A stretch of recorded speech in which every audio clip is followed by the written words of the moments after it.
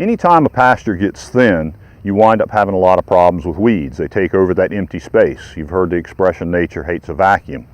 Here, we're in a sort of a thin part of a pasture. In fact, we're very close to the gate, and so there's a lot more traffic, a lot more grazing pressure. I'm closer to the shade, and you can see the native grasses here, mostly big blue stem and Indian grass. But what I want to show you is that we have gaps in this stand, and those gaps are being filled. In this case, it's early in the growing season, but we've got Carolina geranium, we have buttercup, we have little barley. But the point is, we've got weeds taking advantage of this space. And so the number one key to keeping these weeds from taking over a pasture, being a problem, is to make sure that pasture's thick and vigorous.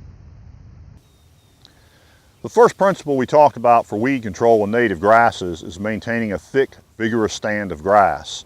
Right here in front of me, what you see is in the same pasture we were looking at earlier, but here we've got a thick stand, and in this thick stand you can see that there are very few weeds. I can see some of the same weeds way down underneath that canopy. There's just a little piece of Carolina geranium. There's some buttercup way down underneath there.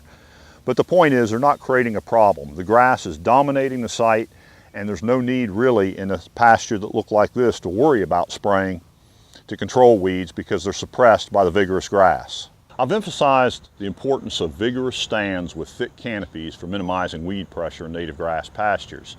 And the key to keeping good canopies, just like with any other pasture grass, is good grazing management.